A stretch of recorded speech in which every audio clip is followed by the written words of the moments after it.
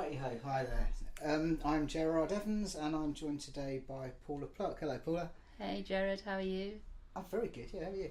Yeah, great, thank you. Good. So we're here today to talk about you, and normally if I'm sort of talking to someone who's a mindfulness teacher or, in that kind of field, I find it quite straightforward to sort of say, and they're a mindfulness teacher. There's a couple of differences with you. I think firstly you do teacher training, which is obviously a sort of different level. But also, would you? How do you feel when you get described as a mindfulness teacher? Just then, is that accurate? I don't think so, really. I use mindfulness as one of the modalities to change, but it's only one of them. If you think about the 8 limbs of yoga, mindfulness is one of them. Buddha gave us loving kindness. So for me, my mindfulness is my awareness. So I become aware of stuff. My meditation is I become familiar with it. So I would see myself more as a meditation teacher too, but also life skills and coaching. That's really important to me because you can't just jump in and go, right, well, I'm mindful and everything's okay. Yeah. You need a huge basket of loveliness. I like to think of it as heartfulness. So you're looking at, okay, I've become aware of my neuroses, or I've become aware of a pattern of conditioning that is creating a personality in me that I'm not happy with. I don't wake up each morning and think, wow, okay, I love to be me. So my personality, my reality at the moment, which is creating my personality, which is how I show up in the world, is actually not feeling like I want it to. So I'm not as content, I'm not as peaceful. So being mindful may be one step on the road to peacefulness, one step on the road to heartfulness, but it's a beginning step. So I'm mindful, I have moment by moment non-judgmental awareness with compassion at my neuroses, at my pain, at my life. Now what am I going to do with it? I'm going to bring in the skills of life. I'm going to choose that I either want to repeat those behaviours and therefore have that life continually, or I say, actually, I want to break the habits that are creating pain, suffering and hurt in my life. Maybe I want to break the habit that's creating addiction. So my attachment to an idea. So it's so much more than mindfulness. It's so much more fruitful, so much more open, so much more beautiful, and it's really all about the heart. So it's heartfulness. How can I love myself one step more? If I really valued myself, if I really had beautiful self-care, and I woke up and I said, what's the best thing I can do for myself today? It would be, maybe I won't even look at the social media. Maybe I'll put my hand on my heart, I'll connect, and I'll think, okay, what is it you want today, Paula Pluck? Let's get from the day, not just through it. And I do believe that we can't throw out the spirit. I truly believe there is a divine solution to every human problem. And that's the sort of name of one of Wayne Dyer's early books. Interestingly, I haven't read it, but I have the quote, which is really funny that I'm quoting it. But I love Wayne Dyer's work and I've listened to lots of it. So I love Louise Hay. I love all the teachers who are bringing about a spirit of passion to their work. So I don't see mindfulness I teach it secularly, and I love that it has stepping stones to great health and well-being. I love that it brings stepping stones to understand how I can become more resilient, just as meditation does, just as relaxation therapies. But I also think to keep its heart, you really need to recognize that you are a spiritual being. You're living a physical life, but your spirit powers you. When you come into this earth, you breathe. When you leave it, you stop breathing. Equate that to the inspiration, the spirit in your heart. And that can just do anything. Just think about, the sperm and the ovum coming together, the seed becoming the tree. There's a nature. So for me, I'm very much locked into there is a power greater than us. You can call that source, you can call it love, you can call it God, you can call it what you like. But there's a fact, it's there. There is this amazing creation in and around us. We are it, and it's around us. So for me, mindfulness doesn't say all that, but that's all the stuff I teach. Do you find it an issue of where to draw the line? Like you say, you're teaching it secularly. It's not an easy word to say that secularly. No, yeah. Anyway, I've got through it. Yeah. You teach it secularly, but you believe there's a lot more to it. I mean, where do you have the boundaries of what you teach? Okay, so I teach a few courses. So the relaxation, meditation, mindfulness, beautiful, secular, understands it, yeah. But the teachers, I'm very upfront with them, and you've done some work with me, so I'm upfront. I say, guys, you've got to plug in to be authentic.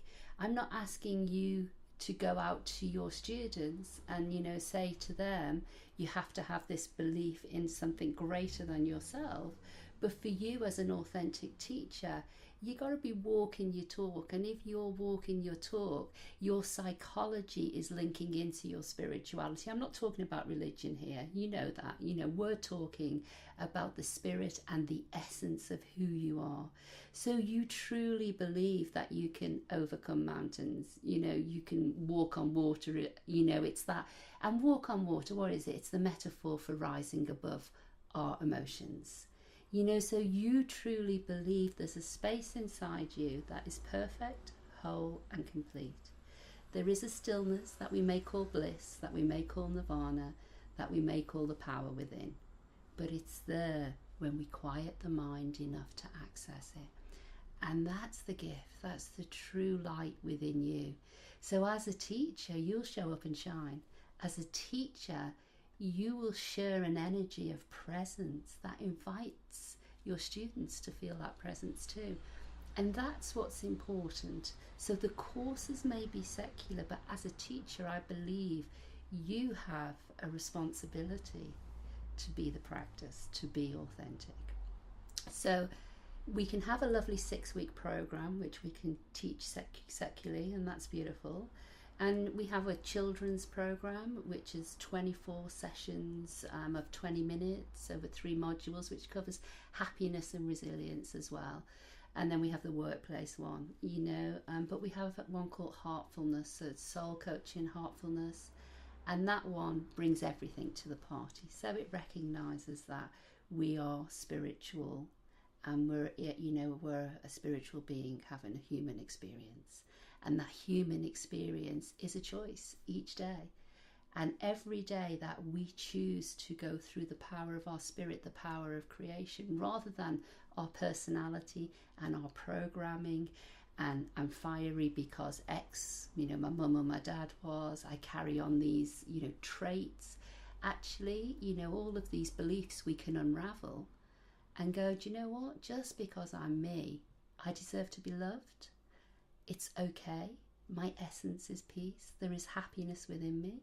Every time we meditate, Gerard, every time you meditate, I'll ask you the question. When you get to the stillness, it's there, isn't it?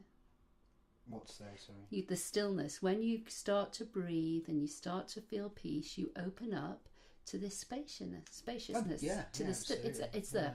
Yeah. It never goes away. We go away. Yeah, we just lose. Yeah, we get busy. Lose our focus, yeah. Absolutely. So we do the do, yeah? So we're running around being human doings, as they say, Yes. Yeah. So we keep doing everything, we're looking at mortgages, we're looking at the kids, we're looking at the house, we're looking at our worries, and these are all vital. I'm not saying they're not, Robert Holden is one of my teachers and I love him. I think he's a really grounded embodiment of how to show up with your light and still be very practical. And he did research on the happiness project. And one of the things that they found was, children laugh 20 times a day and adults 3 or 4. children play all of this time because we still have that original innocence. Whereas as adults, we get locked into all the worries. So we start to live in survival. And when we're living in survival, we're living in animalistic, if you like. We're on, Maslow's lower hierarchy of needs. So the shelter, the work, the food, the sex. We've got the base needs. And as you move up Maslow's hierarchy, you get to the top, the apex, which is more self-actualization. So more about your spirit, yeah? And more about connecting with this idea that you can be a co-creator, that you have a choice in your life, you have a choice in how you serve. And the Dalai Lama tells us this is one precious human life. So, of course, they believe in the, mental continuum, and there's many schools that believe in reincarnation, and all this is great.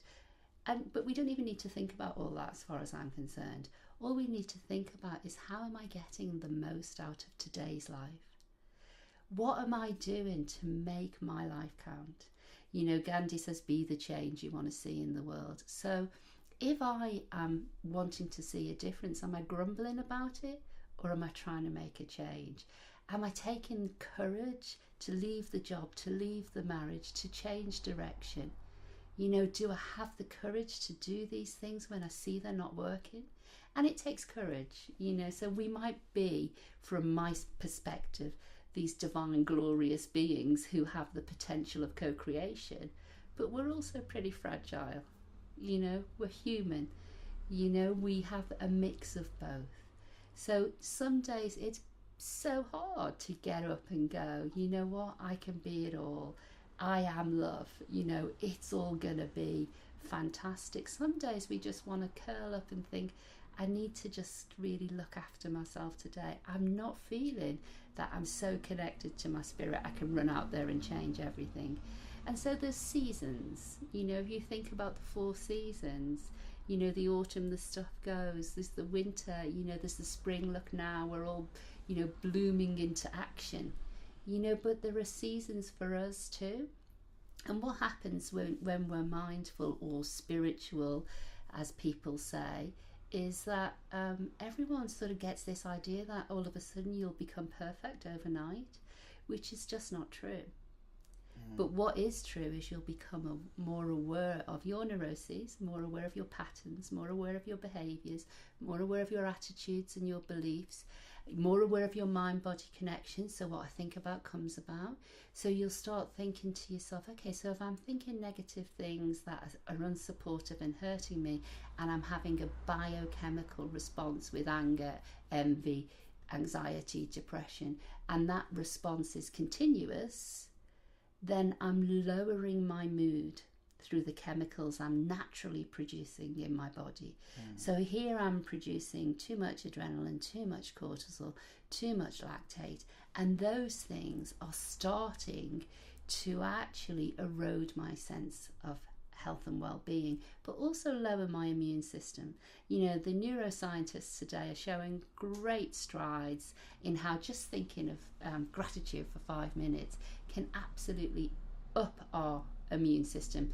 Actually, the study I was looking at was one by Joe Dispenza, and it was 10 minutes for 4 days, 3 times a day, and they increased the levels of well-being. I'm not great on science, but with the proper chemicals, and so they could be tested by 50%, and they increased by 17% the levels of serotonin, the levels of feel-good neurotransmitters. So this is powerful stuff, and this is the science meeting the spirituality. So this is pretty beautiful. I am not an expert on quantum physics. I probably will one day have to learn how to really explain it, because my sons keep asking me. So I, will have to do something about that. But, I have that faith because I've had, some beautiful personal epiphanies, some beautiful personal inner knowings that, a peace that this world can neither give me nor take away. It's inside, it's a power, it's so tangible and palpable, you know, and that, I guess, is that feeling of spaciousness where one might say it's the glimpse of nirvana, it's the glimpse of bliss, it's the glimpse of seeing through the eyes of the universe, it's the glimpse of that, just that loveliness in the heart where everything is perfect, whole and complete. You need nothing because there's nothing to need, because you're connected to a sense of oneness, a sense of unity. And this is like pretty powerful stuff, but you know, you don't have to take my word for it anymore, which is ace. You literally will experience this because you become, you know, the scientific experiment, and the practices show you that you can do this. You know, this is like, I just think it's really cutting edge. I think it's lovely that we can choose our life. You know, you talked about epiphanies. What's your story in this respect? This is a pretty unusual place to be compared to, you know, Joe Public, compared to the people walking down the street as we're chatting. When did you start kind of moving towards where you are now, if that's the right way of putting it? Okay, so I did have a few sparkling little things happen that surprised me as I was growing up, but nothing concrete, you know, nothing that I could really hang my hat on and go, oh, that's an epiphany. And then we had tragedy hit our world. My sister died. She had leukemia, and we lost her to leukemia, and it was a very devastating point for all of us. Were you an adult then, or a child? Yeah, I was an adult, but still, you're only a child, aren't you? I'm 20, 21, you know, you're still a child. But you're growing up with these ideas of, you know, well, wait a minute, this is finality. But, you know, it wasn't. There was every atom of my being, you know, just felt that that couldn't be the end. And I've been brought up Catholic, and, you know, I had actually, you know, sort of, a lot of religious connotations. I loved Divine Mother, you know, I loved the idea of a Christ spirit, you know, and for me a Christ spirit is a spirit of love that can transcend stuff. So I didn't sort of, you know, lock into the intellectual ideas, but I did lock into the feeling of it all. It felt right. You're talking about? Well, not really of Catholicism, but the feeling of being in a holy place, a church or somewhere. Okay, right, yeah. And so I remember sitting in my room and praying, and just breathing, feeling quite, you know, anxious, and then this peace just coming over me, and I'd experienced that peace about 3 months before. I'd been sitting in the hospital room with my sister, and we'd been talking, and, you know, she'd been saying, why me, you know, and she was like, you know, it's very, it even still gets me today, you know, it's like a really, you know, it's very poignant, and then she just looked me in the eye and said, why not me? And it was almost like personalities just fell apart at that moment, and there was this sense of peace that I was sort of feeling inside of me, in my heart, and it was like the first introduction, if you like, to this idea of unity, of oneness, because it was this why not me, you know? And she just had a blanket of peace over her as she said it. And then, of course, we got right back into the personality and hugged each other and had tears, and, you know, it was like, oh, it was so, you know, heart-rending, heart-aching. And so that was like a first little glimpse. And then this day, back to the room, that feeling was just growing in my heart, you know, and it was sort of almost exploding. And I had this just beautiful epiphany that you're not alone, that we're never alone, that somehow we can connect with a power far greater than ourselves. And I just felt held. Did you interpret that in any kind of particular way? I felt, no, I didn't, if I'm honest. I felt, but I did feel like it was a sort of, it was like a divine energy. But I didn't, sort of think, oh, I've got angels wrapping their wings around me or anything like that. I didn't at all. But some years later, I had another epiphany, and I definitely felt like, and from nowhere, don't even know where it arrived, but I was in meditation, and the same thing happened. But this time, I felt like it was a sense of, it just felt like John the Beloved, John the Divine. I had this epiphany of I'd been reading the Revelations as well, which to me is like the Christian mystic part of life. So I really like that. I like the mystical essence over the very, almost, I think, barren other parts. But not, it's interesting because those things are sacred to you. They don't need to be secret. You just hold them in your heart as an awareness. And it's not, it didn't make me evangelical thinking, oh, I've got to run out there and start, talking to everybody about this. It just made me realise that there's an inner peace we can all access. And I don't think, we can demystify it. We can actually just sit. And that inner peace actually is in our heart. We all have it. The knowing I got from that day was it's in me and it's through me, but not maybe of me, if that makes sense. So I knew I was connected to it, but I knew it wasn't me. Does that make sense? So it was something greater than me. And, you don't have to look far to, read all these epiphanies, do you? It's not like I was the first, and it certainly won't be like I was the last. So I didn't have, although I have in subsequent years, had the experience where you see yourself as energy. I didn't have all that where I floated into the energetic, system of energy. That didn't happen. But something very grounded and powerful happened, which, changed the trajectory of my life. I sought out an ashram, I sought out an interfaith place.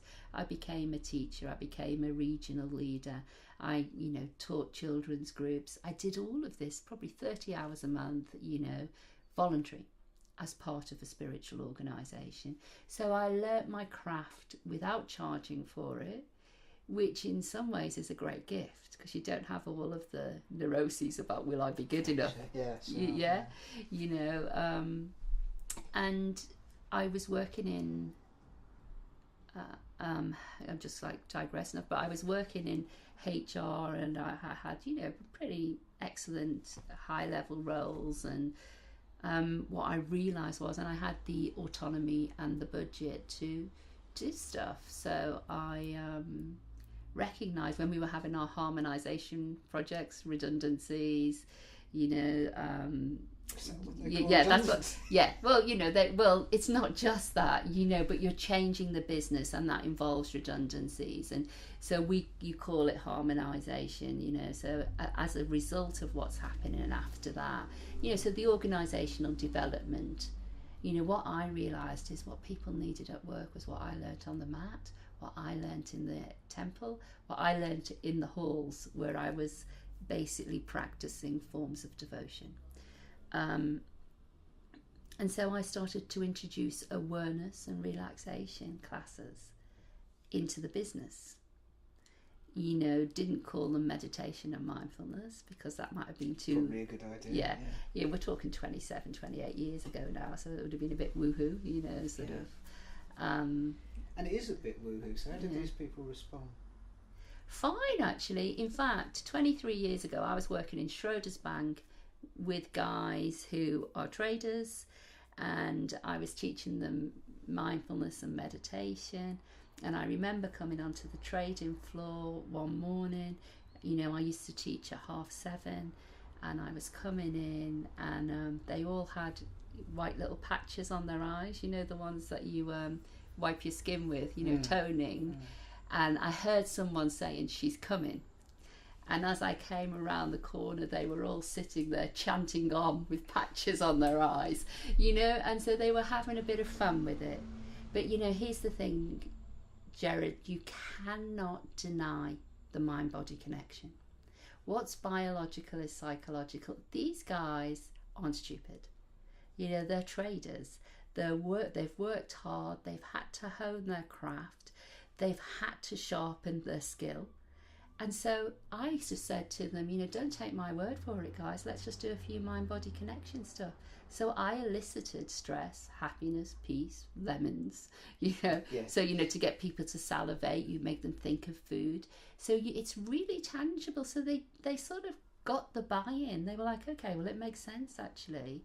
And this is before we have the deeper conversations of, you know, managing stress, performance coaching. You know, before we have any of those conversations, these guys recognize there's a mind-body connection, and what they think about comes about, and you can illustrate that in a few minutes.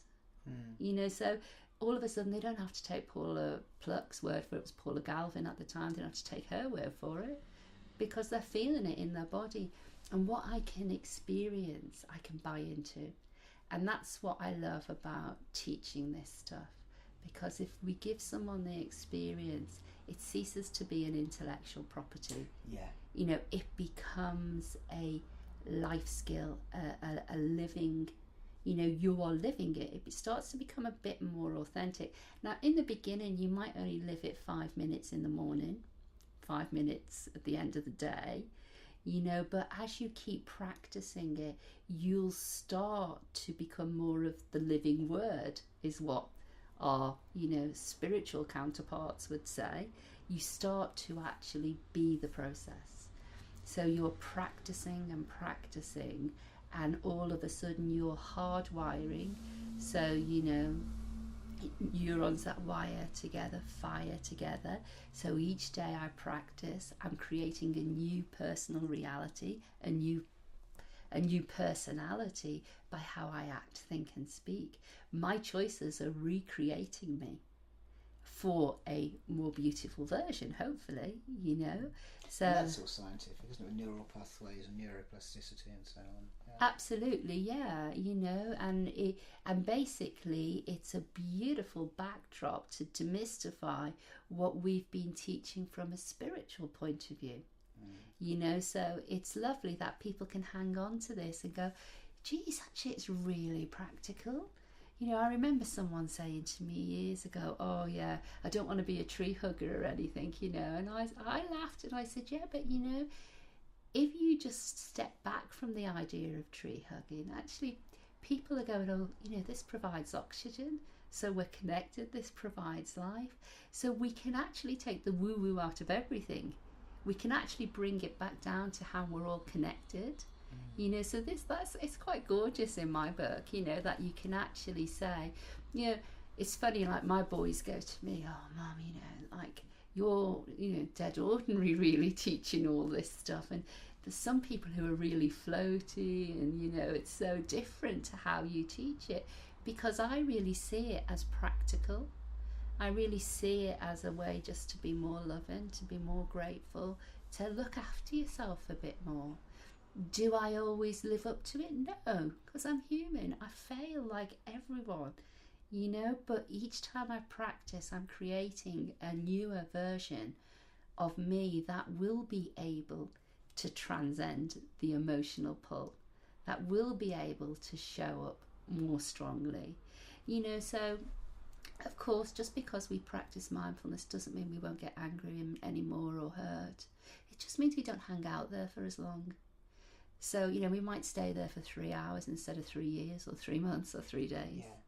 And I think we're brought up in a society where you sort of worship perfect beings, and I think it's quite for me it's always been quite important to sort of make a distinction that this isn't about trying to become a perfect being, it's just about trying to be a better version of yourself, essentially, and it is a lot more down to earth than it's sometimes given credit for. So I thought it was really interesting that when you were saying about teaching the traders, you would expect to be quite resistant to a lot of things you've been talking about, really, that you hit them with the experience first.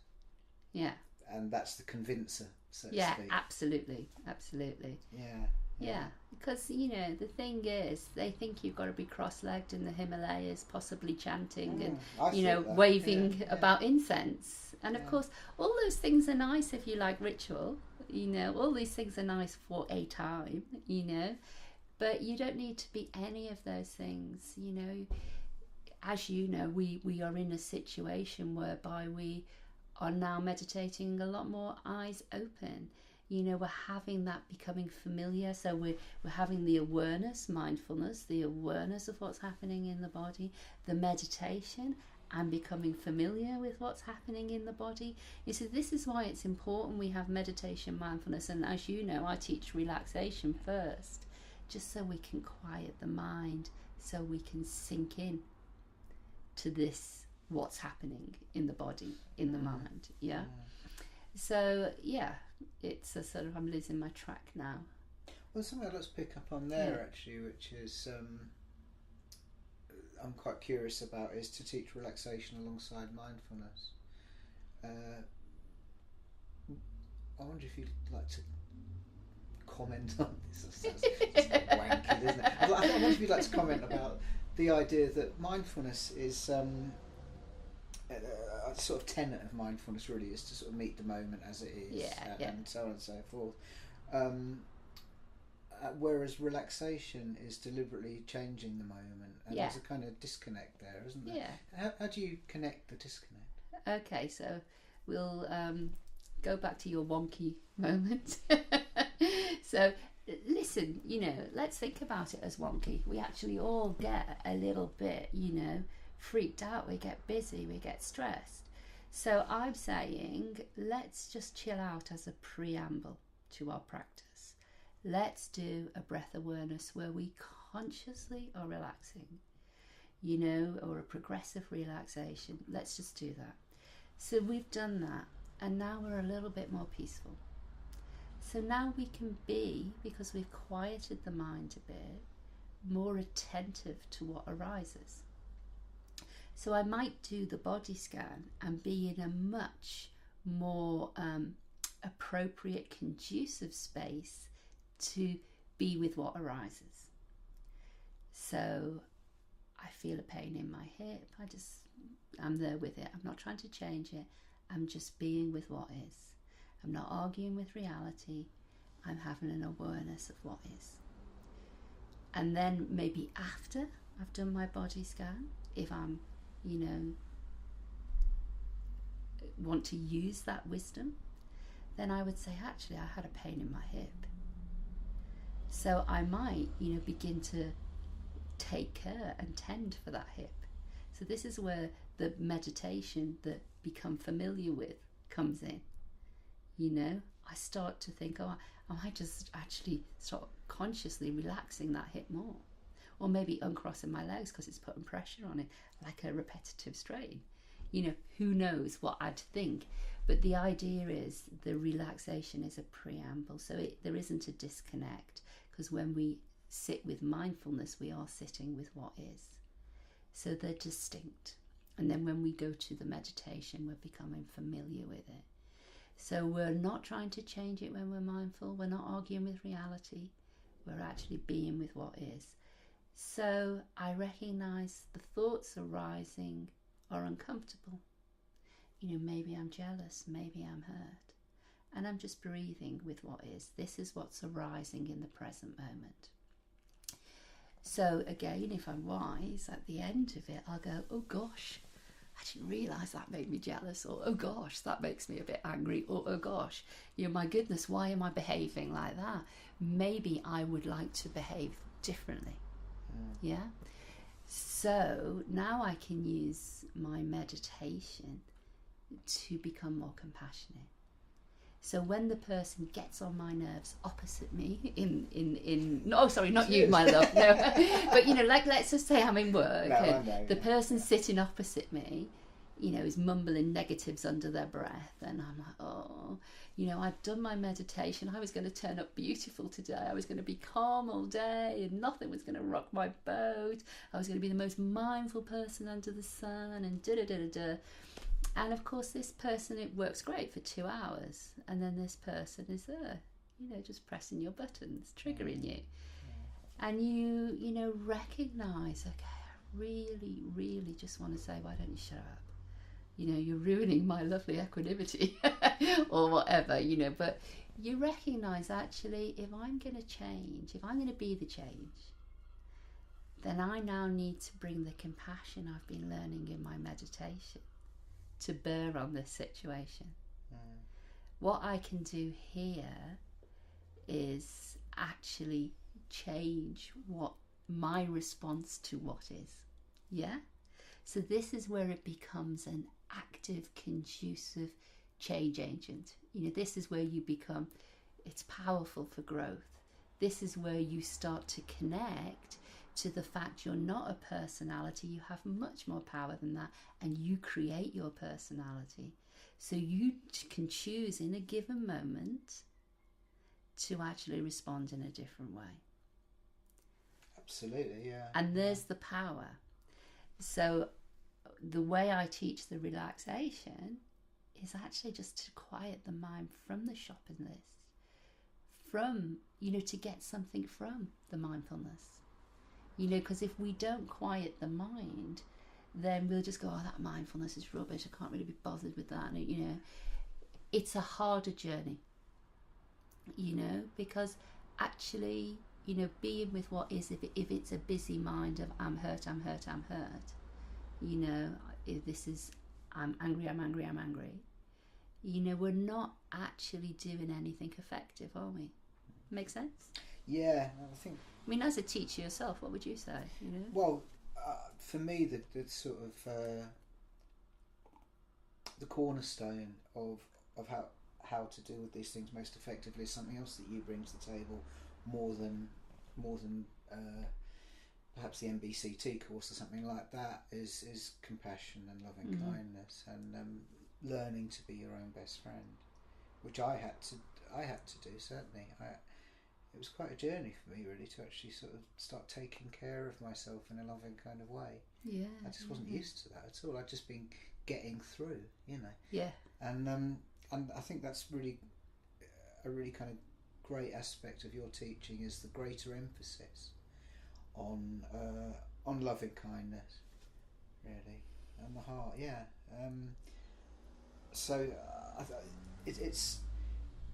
It's when you start treating yourself with compassion, I think that, well, for me certainly, that gives you the courage to sort of face these things that you would perhaps be ignoring otherwise. Turning towards difficulty, I would have found impossible without loving kindness, without compassion, without just kind of watching my own back and knowing that I was being my own best friend through this. Yeah, definitely. So for me, that what you were talking about, it's all kind of underpinned by love.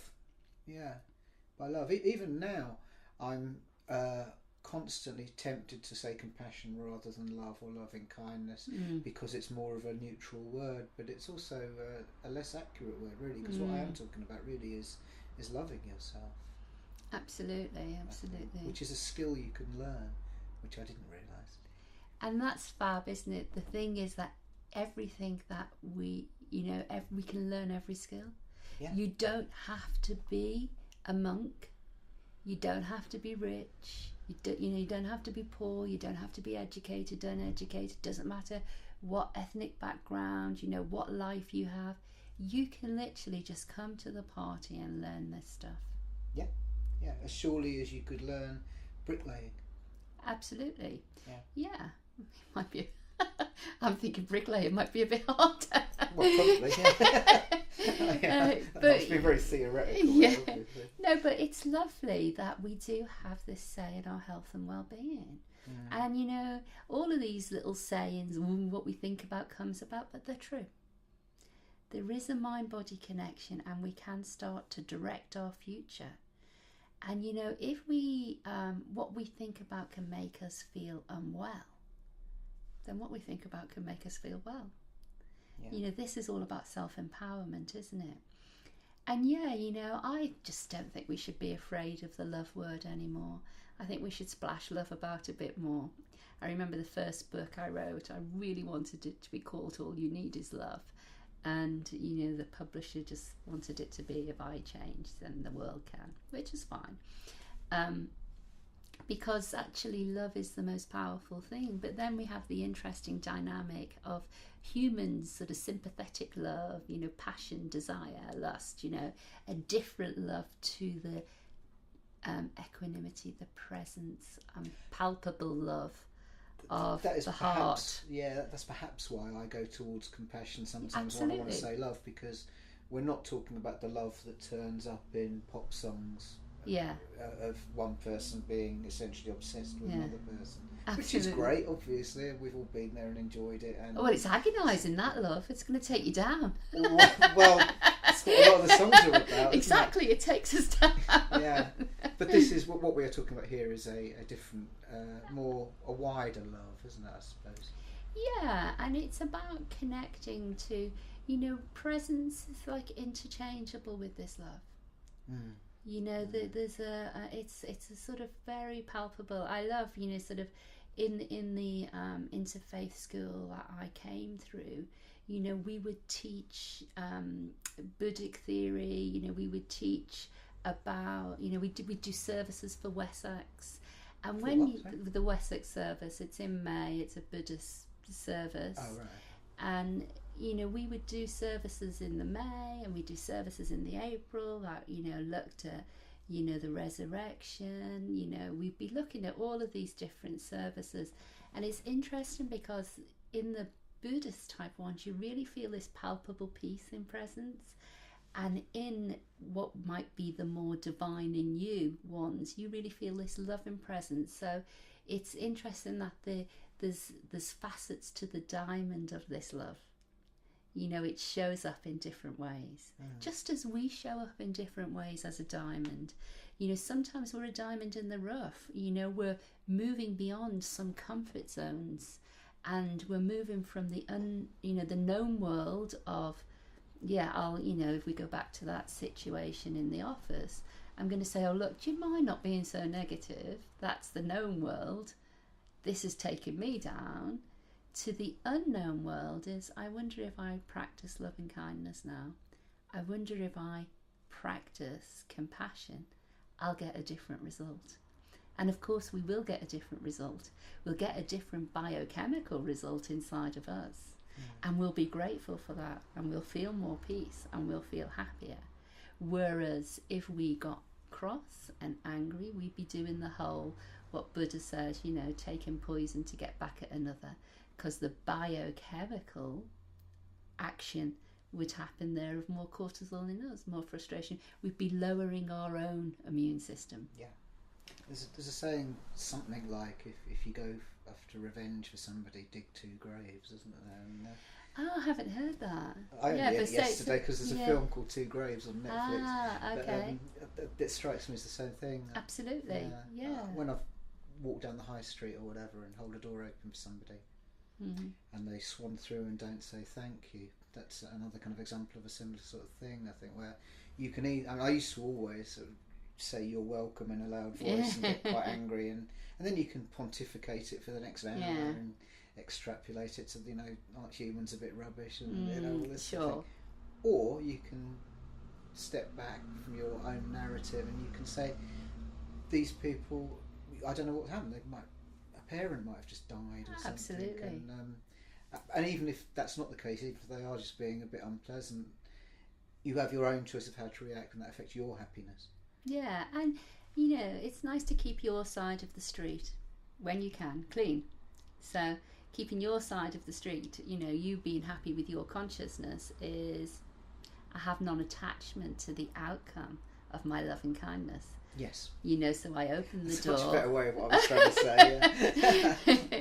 But you know, but obviously, as our little human personalities, you know, we're used to the familiar. We like to be praised. We like to be loved. You know, all of these things. So it's no coincidence that you feel a little bit ruffled when someone doesn't acknowledge your generosity. You know, and I think what we're working toward is just keeping that sense of balance regardless, because something on the outside can't take away our power. And you can reprogram your triggers as well, can't you? Yeah, and I have done when people don't thank me for opening the door. You know, I wish them peace and health and happiness now, and I win. Yeah, and they even if win, you didn't win, or you didn't wish them peace, health and happiness, you could just smile and go within and, you know, feel your own peace, health and happiness.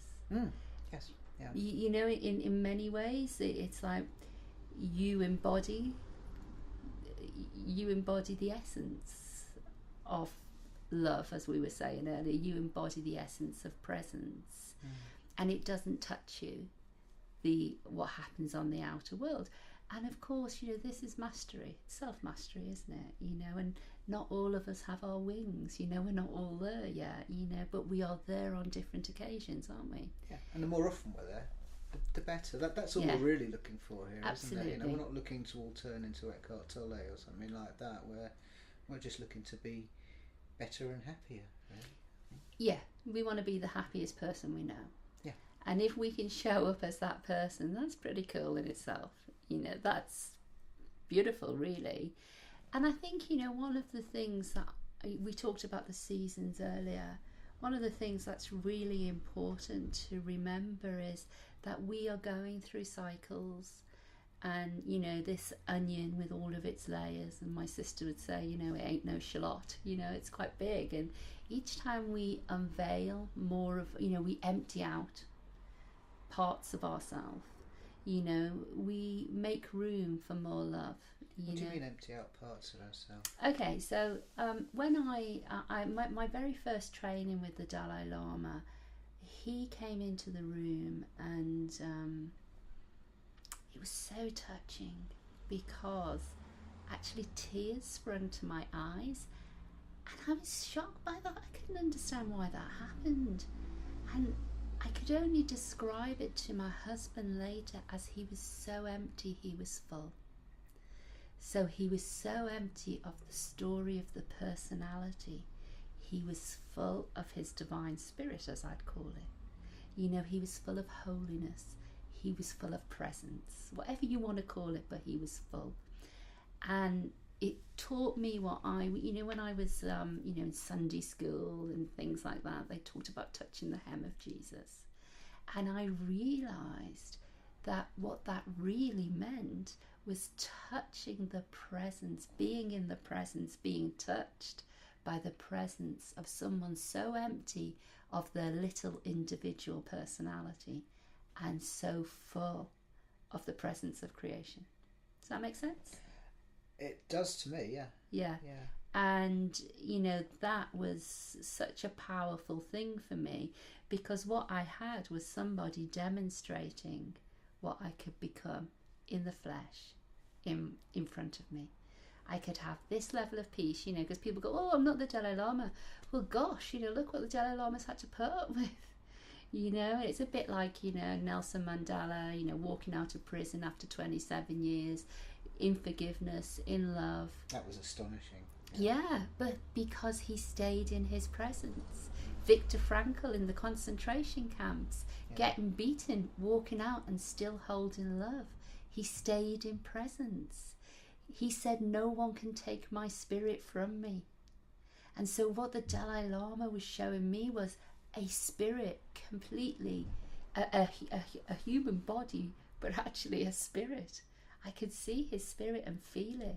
So he'd let his story go. So he'd emptied out the story and made room for presence of love. You know, and that is what I think is so lovely, and that's where we could start to live a different life. And is it easy? No, not for the average Joe like me, you know, but It's because these days we're looking to live this life very actively. It's becoming our passion and our purpose. It's our reason for getting up in the morning, you know. For me, with Smart Foundations, you know, it's very much about, you know, helping people have a happier life. Really, that's the bottom line with it. You know, that's my mission, you know, to help more people have, you know, reduce stress and enhance well-being. You know, that's really the mission. It's very simple. Smart stress management and relaxation techniques. It's on the tin. Foundations. Don't build your house on sand, you know. So Yes. you've got it. It's there. It's strong. And then when you have got yourself to a point of not living in survival, because who can open their heart when they're in survival? So we're managing stress now. We're pretty cool at that. And now we're moving into a space where we're actually living from the heart. So we're living from more elevated experiences, the elevation of deeper love, the elevation of gratitude, the elevation of kindness. We're living from that space, and that space for me is where we're just happier all the time, regardless of what's going on. So, you know, you can't expect anyone to open their heart when they're in survival. If they think there's tigers all over the place or lions who are about to attack them, they're not going to open their heart to love. No, absolutely, and that's more and more the default setting for people, isn't it? Because those tigers might just be somebody making a funny comment on Facebook. Absolutely. And the brain is not sufficiently developed to differentiate in the way it reacts to that and to an actual tiger. I suppose there's a difference in degree, but we still let too many things get to us, I guess, don't we? Yeah. So we're getting to a point where we don't let it in. Got to become a bit bulletproof here. Yeah. And you know whether it's bullets, it's arrows, it's words, but somehow they don't. You know, we don't let them define us. We're defining ourselves from our values from within. It's one of my values not to gossip, and therefore if I don't gossip, I hold my space. It's one of my values to be loving and kind to myself, and I know when I'm not being. So you see this, it shows up. It's one of my values to connect, to be compassionate, to be caring. These are values, aren't they? You hold them in your heart, and you know that when you can keep hold of those, you're not getting defined by somebody else's opinion of you. You're defined by your values. And so this is why I think values are important too, because we need to know who we are and where we're going. You know, so to say the word mindfulness is too brief for all of this, going back to where you started at the beginning. There's so much to the complexity of who we are and what we want to do. And the thing is, if we don't know what we want, how do we know where we're going? So we do need to have some goals. We do need to have a vision. We need to have an inspiration to fuel that vision, to make the skill, you know, become alive. This is important, because if we don't have that, you know, we end up floating, don't we? You know, we have this, we're just bobbing about. Yeah, and like a pinball in a machine. Yeah. And you know, I think Jon Kabat-Zinn says in Full Catastrophe, or Coming to Our Senses, he's talking of a story of a woman, and she says she turned her head and 10 years had passed, and I think she took a job just for now. But she got into the job and she kept doing it, and then she realised, oh my God, 10 years have passed. And how many people have got that story to tell? Yeah, millions. You know, you and I talked about it, about when you're writing a book, you can just keep it there and it will never be enough, you know. And then one day you go, right, it's just, let's hit the button, it's okay, let's rock with it, you know. So we can do this, you know. And this is, I think, one of the great joys of self-acceptance, is to know you're okay where you are right now. Because moment by moment, non-judgmental awareness, held in compassion, starts with you. You can't give another what you can't give yourself.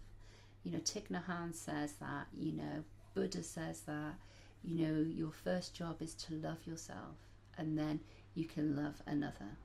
From a sort of Christian mystic perspective, you know, you drink from the grail cup yourself, and when your cup overfloweth, there's enough to share with others. You know, so we don't need more wounded healers.